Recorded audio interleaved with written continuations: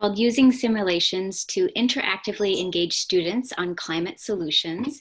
And my name is Johnston Harris, and I will be the session facilitator. So I will be supporting things on the back end.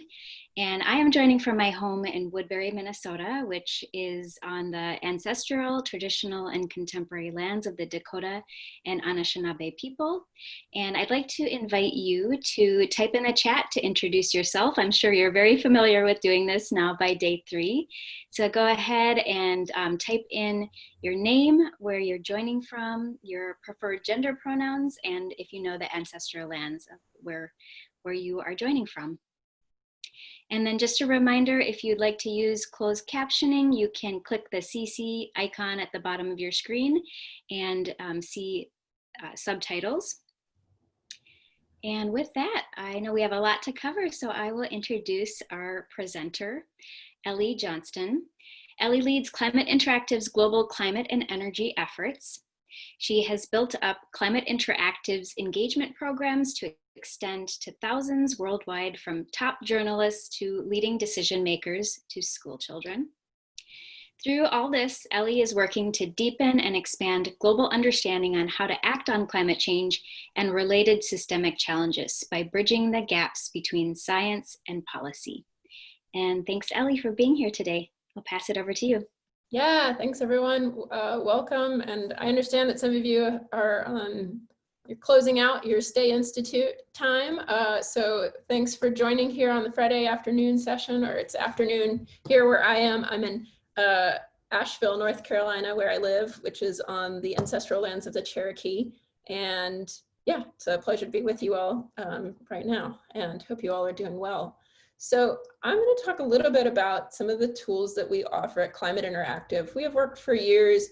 We're close partners with the MIT Sloan Sustainability Initiative and a number of other institutions around the world. And what we are is a think tank. In a sense, we build computer simulators, computer models that help people explore different possibilities when it comes to addressing climate change and other critical challenges. We work with a lot of big range of different audiences, from business audiences and corporations, government, civil society. Of course, today, you all are coming to us as educators. So we'll focus on this piece of the educational resources that we offer here at Climate Interactive. And just a little bit before I jump into the exact tools that we have to offer you all, a little bit about our approach. So one of our close partners, Professor Johnston at the MIT Sloan School of Management, he has this common refrain where he says, research shows that showing people research doesn't work. We really have to create experiences and tools to help people see for themselves what makes a difference, and help them get those ideas. Another quote that we like comes from the architect and visionary Buckminster Fuller, who once said, if you want to teach people a new way of thinking, don't bother trying to teach them. Instead, give them a tool, the use of which will lead to new ways of thinking. And so really just trying to come up with forms of engagement for students in which they are pushed out of the box and they get experiences on different things. So our approach is to build simulators, computer simulators that offer experiences, and offer experiences with them that anyone can use to engage others. We try and provide these tools for free. We offer a number of different trainings. I'll get into some of that more, but make these tools accessible so that people can pick them up and use them to engage the audiences that they work with. So the main different things I'm going to be describing today are a few different formats. So as you're thinking about what might be useful for your classroom and the students you work with, you might pick and choose among them, and some might be of more interest than others. The main thing that we have been really doing a lot of work around lately is our En-ROADS Climate Solutions Simulator. So this is a tool, I'll show it to you in a minute, that enables people to test different policies, different actions we might take on climate change globally, and see what works, see what it's going to take to reach our Paris Agreement goals of limiting warming well below 2 degrees and aim for 1.5 degrees. And with this computer simulator, because we don't see people Sometimes people can engage and they'll just be able to use the simulator one-on-one, or just because they're curious themselves, they'll dive into it. But really, a lot of people, and particularly in the education and student setting, you need to create context for it. So we have a workshop format, we have a role-playing game, and we also have an assignment that that teachers can use to help students explore what are the actions that are needed on climate change. Another resource that we have is called the World Climate Simulation. This is a role-playing game that we've had for many years. It uses our other computer simulator, C-Roads, and basically it's like a mock UN climate negotiation, a model UN climate negotiation, where the students break out into different groups playing China, India, the US, etc., and role play the decisions that they might make. So I'll dive into these deeper, but this is what I'm going to cover here within this session is these different resources that are available. They're all free. We have a number of webinars and webinar recordings and videos and facilitator guides on our website to support you in using that, as well as a team of people that can answer questions as well. And while we created a lot of these tools to be run in person, of course, the reality of where we're at today is that these events are being run online, and education increasingly, as we're looking to the fall year, people are figuring out how to do things virtually and looking at what an entire school year that might be run virtually will look like. So far, we've had dozens and dozens of events run by a number of different people around the world, and I see even some familiar faces here on the call today. Shout out to Pauline, who you can even see in this picture here. There's Pauline. She's here listening in today. Hi, Pauline. And but we have people from all over the world that are running these events, and that's been really exciting to see, and has worked. And that's been that transition from in person to online has you know, it's happened. It presents its own challenges, and we're figuring out the ways in which to support people in navigating those.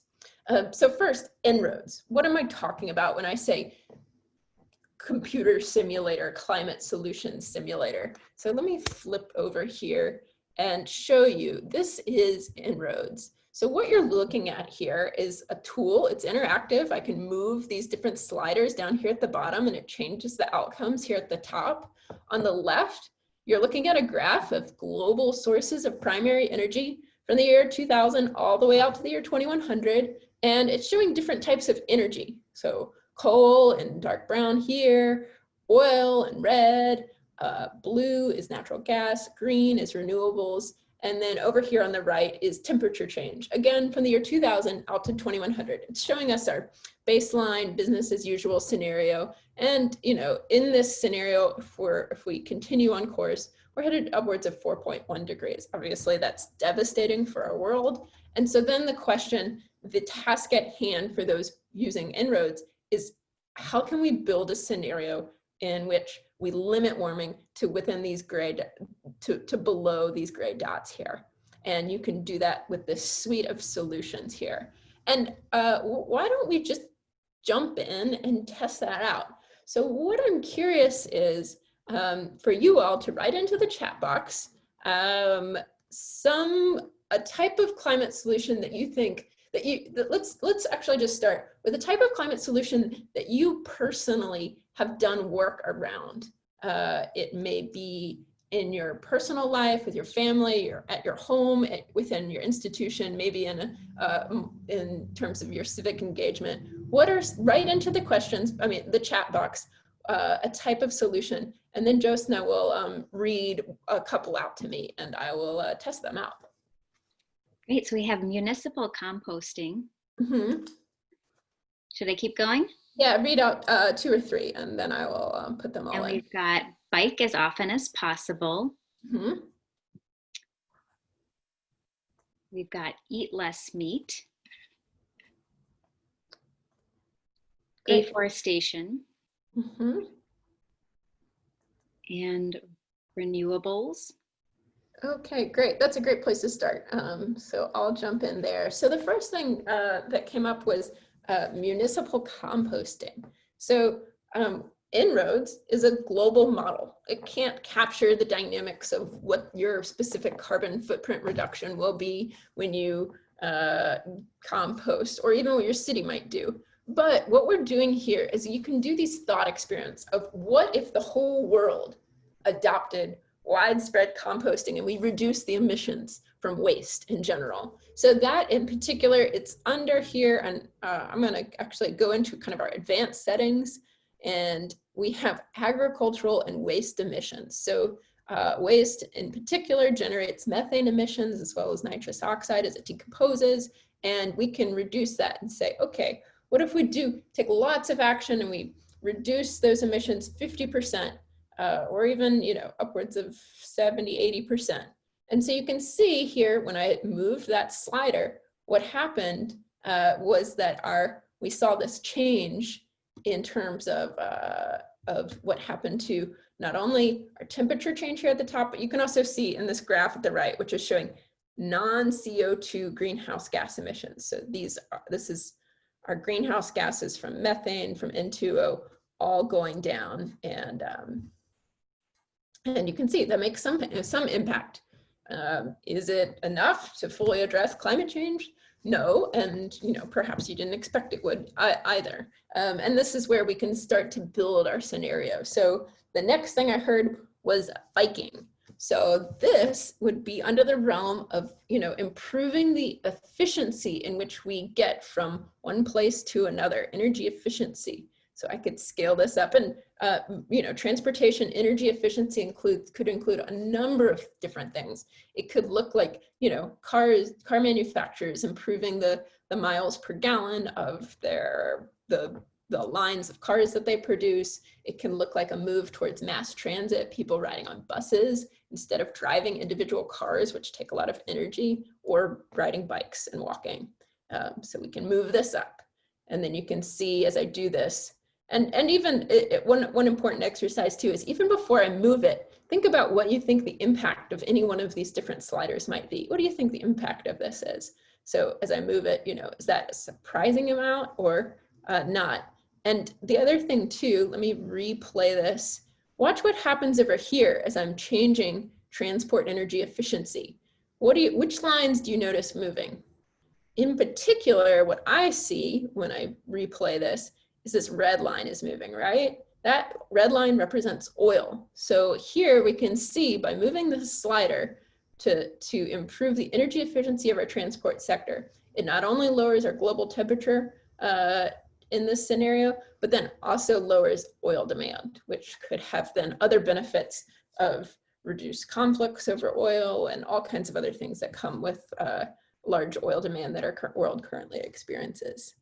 And I'll just move through real quickly a few other things, just as an example of how En-ROADS gets used and the different elements of it. So the next thing was eating less meat. So this is also under here with the agricultural and waste emissions. So I'll just keep moving that all the way, fully reduced. So that means we're adopting practices to really limit the emissions that come from, you know, more plant-based diets means less demand of animals and that produce a lot of methane, particularly in the case of cows. And then also just practices in general that limit emissions. And also I will note, you know, a big component of our food system also comes down to deforestation. So I might move deforestation just a little bit if we're seeing a big shift away from meat. Raising animals takes a lot of land, and oftentimes that land is being cleared in areas that are otherwise forested. The other thing too, we also think about when we think about eating less meat is reduced supply chains. So the animals, because if you're eating a plant-based diet, you don't have to feed the animal that then feeds the person. You can just feed the person with the plant. And so there could be some additional boost in energy efficiency there that could come from more plant-based diets and eating less meat. Then I heard somebody mention afforestation. So that is planting trees. So here we have afforestation.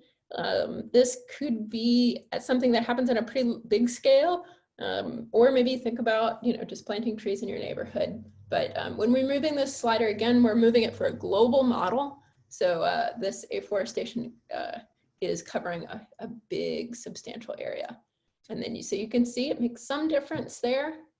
And it's not making a huge difference. And I can go in and change different graphs here. So you can look at how land use emissions change with that afforestation coming up and down. I'm looking at this green wedge here. As I move afforestation up, notice what happens there. The world then becomes a net sequester of those land use emissions that are coming from human activity. Otherwise, we start sequestering more than we're releasing. So that's one component. And then renewables too. So I'll just move up renewables. Think about, here over in this energy supply category, mostly what we're talking about is either we're taxing or we're subsidizing these different energy sources. We can also adjust other things like whether there have been breakthrough costs due to technological advancements.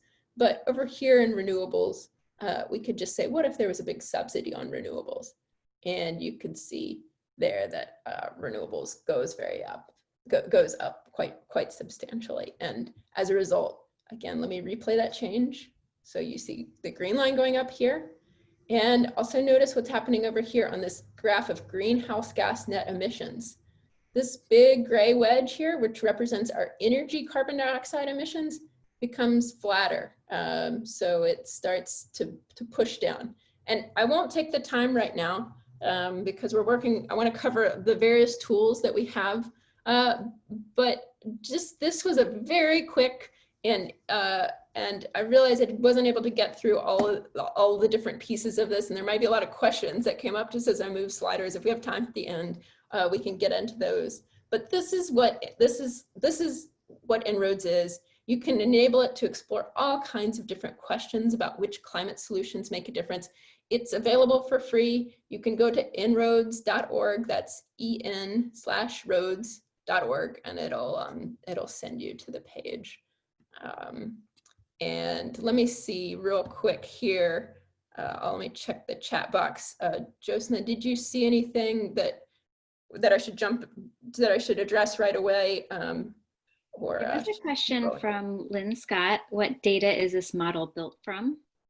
Yeah, Lynn, that's a great question. So we have built this simulator in partnership with MIT. It is using a lot of data from a number of different sources. So the IEA, the International Energy Agency, the World Bank, we're pulling population numbers from the United Nations population projections. And then what we do to build confidence in En-ROADS is to then compare our results to the suite of scenarios that come out of the IPCC. So what the IPCC, there's a suite of scenarios called the SSPs, the Shared Socioeconomic Pathways. And what we've done with the baseline scenario of En-ROADS is to run tons and tons, dozens, if not hundreds, of comparison tests with the different SSP scenarios that come from the integrated assessment models. So integrated assessment models is a type of computer models around climate change that are more complex. And sometimes aren't built to run fast and smoothly and with accessible interfaces like this. We've designed En-ROADS to be presentation ready, so that way you can use it in conversations to talk about and explore different potential pathways. But we have webinars and lots of documentation if you want to get into the nitty-gritty, and I'm happy to answer more detailed questions. Also, if you have questions about any of the specifics about the modeling behind it, definitely a great question. So maybe let me talk some about how we use En-ROADS out in the world, and particularly within the setting of education. Oh, here's just one quote. So we have been sharing En-ROADS with a number of different decision makers. John Kerry, of course, the US former Secretary of State, he said it's quite simply a climate crisis game changer for policymakers and people across the country. And really, when I think about how En-ROADS is best used out in the world, I think of three different main formats. And I think these three formats work really great within education and classroom settings. So one there is what we call the workshop format, then the game, which is a role-playing game where people play different stakeholders, and then this assignment, student assignment. So the way the workshop works is very similar to how I was just jumping into things with En-ROADS. You would start with an introduction and a welcome, and then ask people some kind of framing question that gets them to start thinking about and sharing different kinds of climate solutions. So, you know, here's one example, like what have been the biggest successes on climate change in the past 5 years? What if the rest of the world did that too? We have been thinking some about the economic recovery plans that we've been seeing around the world in response to the coronavirus lately, and really looking at some of the components of those and saying, okay, well, what if the whole world incentivized more open streets and reduced, you know, walking and biking that we're seeing in some of these responses to the coronavirus, of restaurants, cities closing down streets to allow restaurants to expand out into the city roads and things like that. Of course, there's a lot of discussion around where the financing around the economic stimulus might go to spur job creation and jobs. And that looks very different in different countries around the world. But we're asking some of those, some of those could be the questions to frame the En-ROADS Climate Workshop and to co-create a scenario with your group, however large it is from the group we have today. You could do it one-on-one, or you could do it with hundreds of participants and say, get input, solicit that, and then explore, okay, what else would it take? And had we had the time, that's where I would have taken it, is continue to delve in and unpack all of the whole suite of different solutions that it would take to create a scenario that limits warming to well below 2 degrees. And in that, we could talk a lot about different aspects like equity, some of the co-benefits that might come, some of the risks that certain solutions present and that should be navigated as we talk about them. And then at the end, you know, trying to think about the sense of possibility that we might actually be able to address this challenge if the world was able to come together to take the level of action that the scenario implies. So those are some of the components that can be included in just the En-ROADS Climate Workshop. This is where participants are just shouting out and proposing different solutions that they're interested in.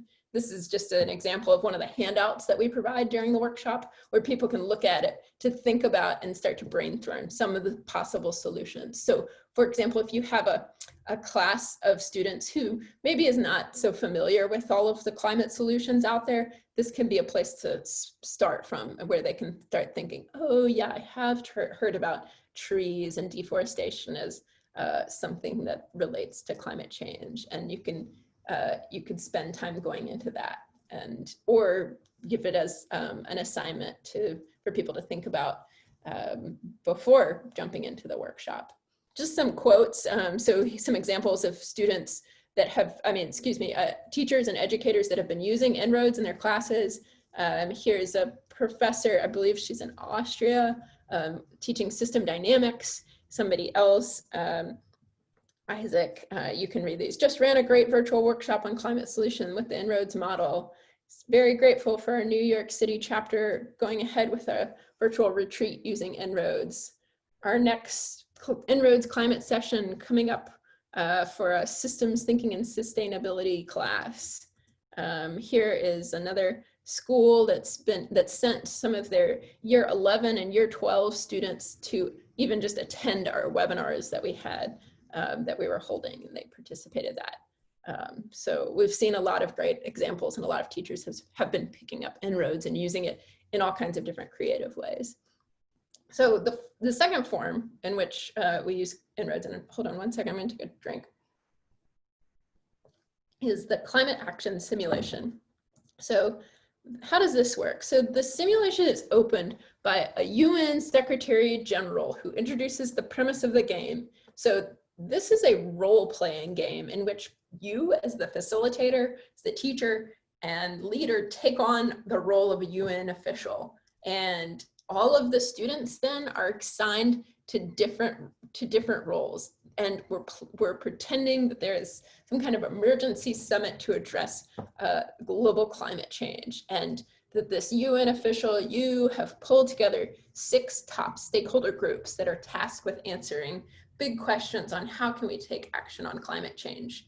The 6 stakeholder groups are groups like land and agriculture interests, clean tech companies, we have conventional energy sources like coal-fired power plant operators and natural gas producers. And then you have consumer groups, as well as the climate hawks, climate justice hawks, advocating for the most vulnerable and people. And then you have government leaders. So all of these groups come together and they propose different solutions. So very similar to, like, if you imagine what the exercise we just did, where you were just chiming in with your different solutions, climate actions that you were thinking about, in this lens of the climate action simulation game, people are proposing those solutions from their roles that they're playing, their characters. So somebody from the group representing the land and forest might propose a big afforestation program to plant trees.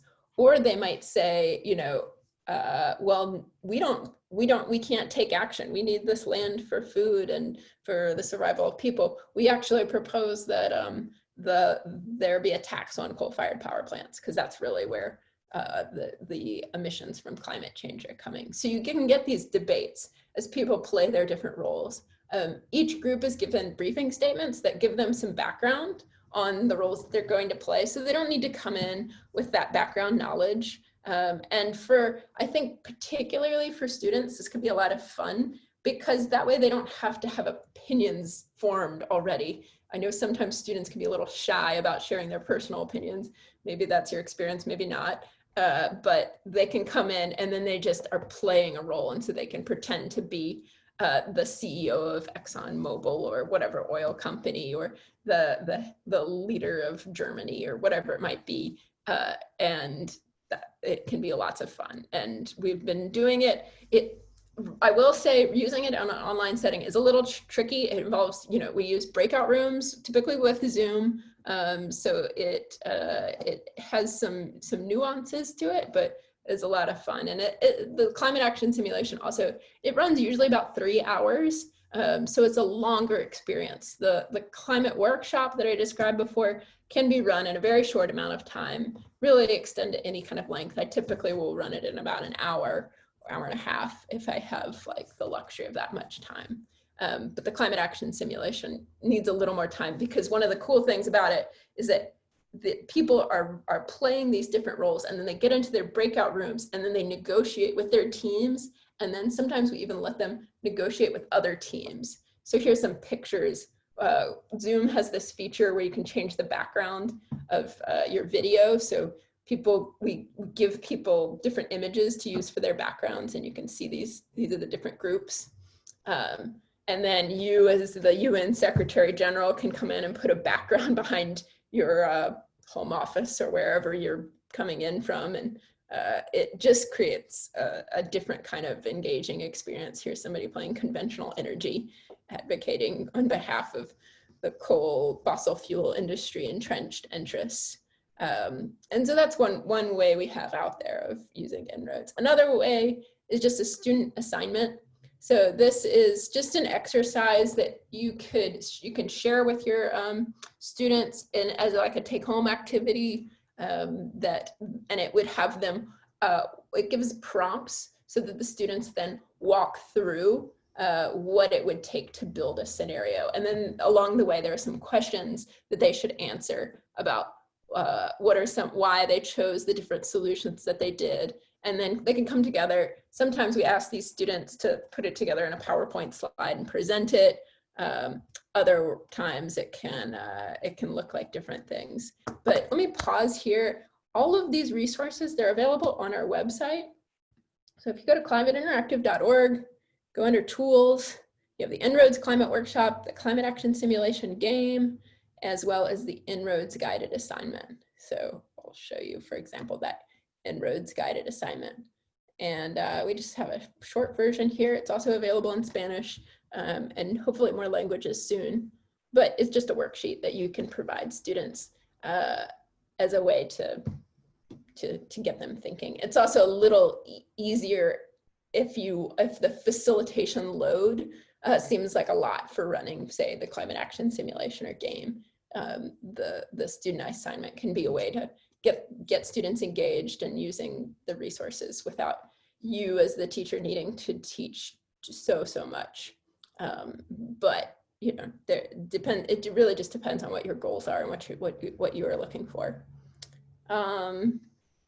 And one of the things too that we offer to support people like you all in getting up to speed and using a tool like En-ROADS, which includes so many different dynamics that can be highlighted, as well as a number of different experiences, is that we have a training series. We call it the Mastering En-ROADS Training Series. We actually just wrapped up a week or two ago, the last round of that training series, but there are recordings of it all that you can watch. And you can watch these recordings to just learn more about the simulator dynamics, more about where we get the data from and the background behind the modeling, as well as more detail and more things that are more in depth about the facilitation techniques and the approaches that we use to creating experiences around En-ROADS. So you can do that. One component of it that we have is we have a En-ROADS Climate Ambassador Program. So for people who go through all of the training and then run 2 events, they can be En-ROADS Climate Ambassadors, and they're featured then on our website. There's 177 ambassadors now from 38 different countries. And these are people who are excited to share and can also be a resource to you if you want to call one of these ambassadors up to help co-facilitate. Many of them have their contact information on our page. So if you go under About En-ROADS Ambassadors, you can scroll through this list, and they come from a range of different backgrounds, speak different languages, and come from many different countries as well. So that is something to check out too. And we hope, you know, maybe some of you want to become En-ROADS ambassadors too, like Pauline here, who is on the call with us. Pauline is an ambassador. And but those numbers are growing every day. There's more and more people becoming ambassadors, which is really exciting. So that is En-ROADS, and at Climate Interactive, we've been very excited about all of the energy and the enthusiasm around En-ROADS. We just released it last December, and it's been very exciting to see all the different places that it's been gone. Our other tool that we've had for many years is the World Climate Simulation. So this has been used by over 700 people worldwide, reaching probably 70,000 plus participants at this point in dozens and dozens of different countries. Maybe some of you all have experienced it or come across it in your work around climate education already. Maybe some of you are facilitators. So again, this is normally an in-person activity that we have piloted and run for many years in classrooms. But here we're shifting over to online. And so it also works online. It takes, you know, you can see this image here. We're using those Zoom backgrounds again. And the way the World Climate Simulation works is that the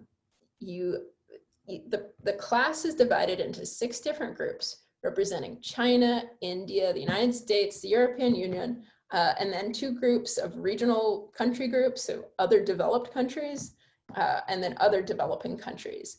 And then sometimes we additionally add like a fossil fuel lobbyist group or a climate hawks group, climate justice group, of people that are doing advocacy. But those 6 different regional groups then are participate in this mock UN negotiation where they're trying to come up with the different policies to limit warming to well below 2 degrees. So I'm going to flip over here, and you saw earlier our simulator En-ROADS.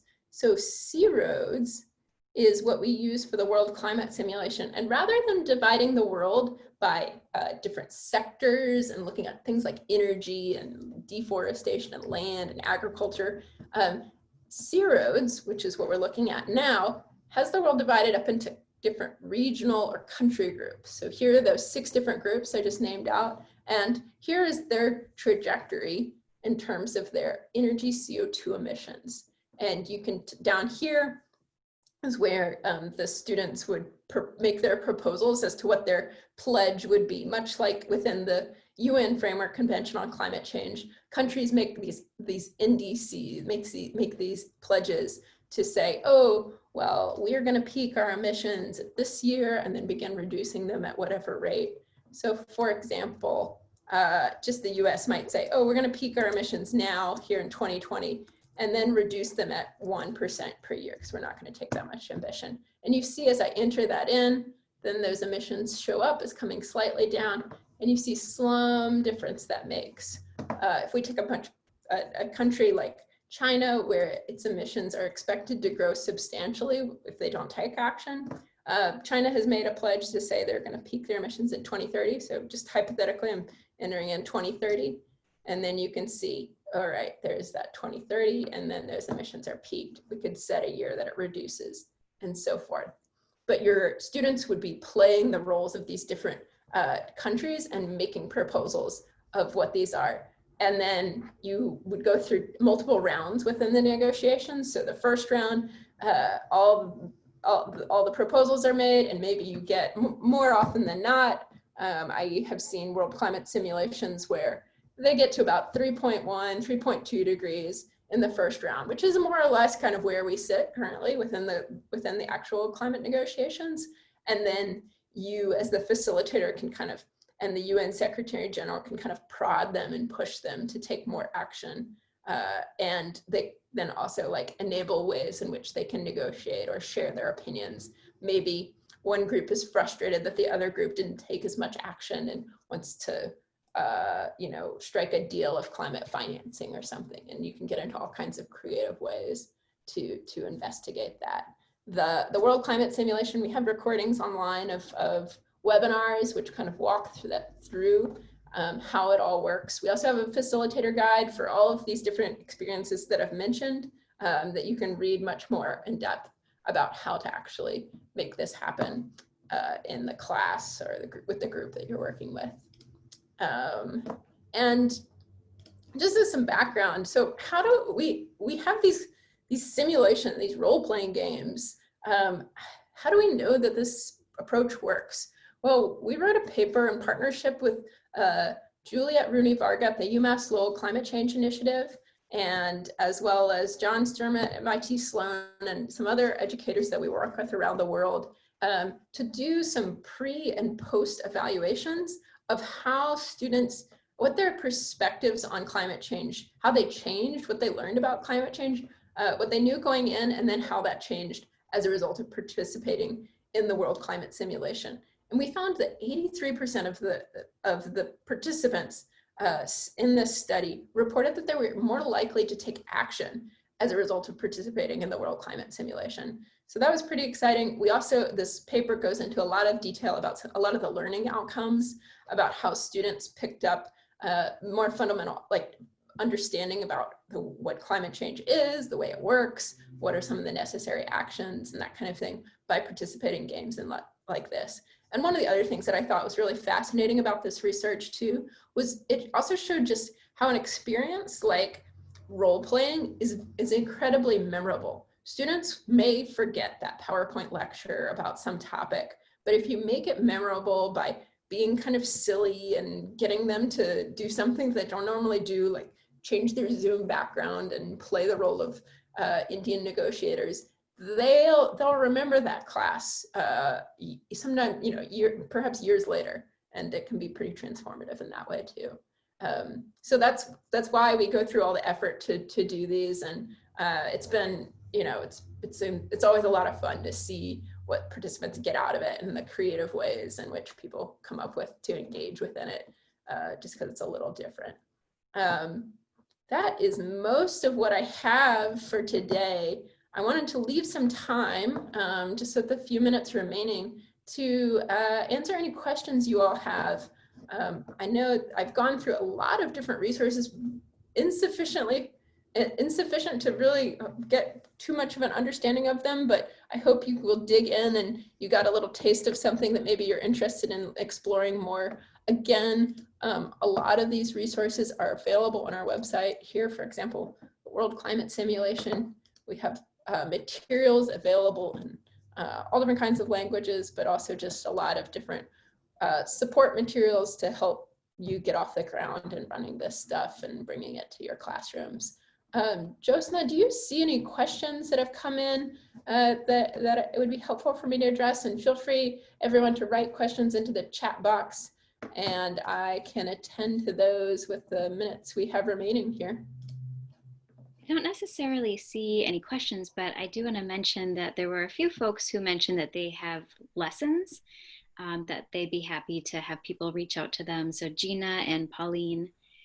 And then it looks like Raul was interested in the ambassador program and whether that is becoming one or working with one in their classroom. So could people reach out directly to you, Ellie?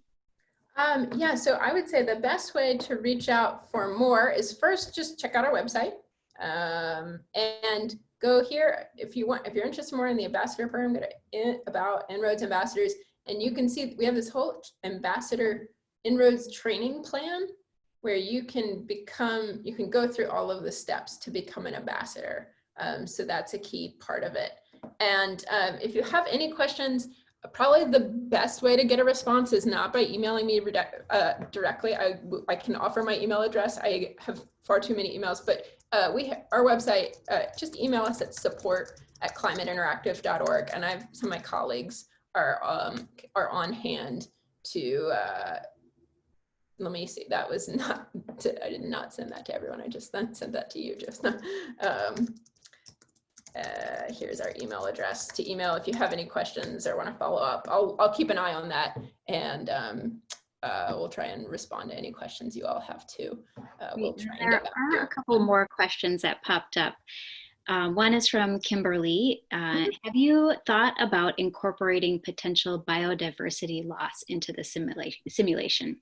Yeah, that's a great question, Kimberly. I was actually just in a meeting before coming over to this conference, talking about the ways in which we want to integrate in more climate impacts into En-ROADS and C-ROADS too. Currently, we don't have biodiversity loss in there. We do have some climate impacts like sea level rise and ocean acidification, but hope to bring in more because those are, of course, critical elements of addressing climate change and thinking about the impacts that we face. And then we've got a question from Sarah asking, how often is your data updated? Yeah, so every month we release a new version of En-ROADS just about, and each month those versions differ. So sometimes it's just some updates to the software itself, but many times that includes modeling updates. And so most recently, I believe we updated, what was it? It was I think it was our economic data that we used from the World Bank. So they had released another year of their historical data, and then we brought that in to En-ROADS. And we're also have a team of modelers that are looking into building additional aspects of the model out. So for example, one area in which we're doing a lot of work and research currently is around the land sector of the model, and making sure that we're accurately capturing the dynamics around land use change, particularly as it results to deforestation, food, and our food systems, and just capturing the complexities there with soil respiration and plant respiration and all those different things. And then Pauline has made a comment. I don't know if you spoke to this already, but you might briefly mention the co-benefits. Yeah, so we have a whole program as well at Climate Interactive called multi-solving. So this is this word that one of our co-directors coined about taking action on one challenge that also takes action on multiple challenges, particularly with a lens towards equity, and making sure that, if we're building out one solution, that other solutions are also complemented. So for example, there was a study done, and I believe it was set in London, where they compared two different climate solutions that they were considering. One was to incentivize hybrid or electric cars, but I'm pretty sure it was hybrid or high efficiency cars. And the other was to incentivize walkable neighborhoods. And then when they took a lens towards co-benefits and said, okay, well, what are the other benefits besides just reduction in carbon emissions that could come from these two different approaches, both within the transportation and energy efficiency sector? They found that creating walkable neighborhoods and walkable cities was much better for health outcomes. So people don't get out and walk and drive if they're in their high efficiency car, they just continue to drive it.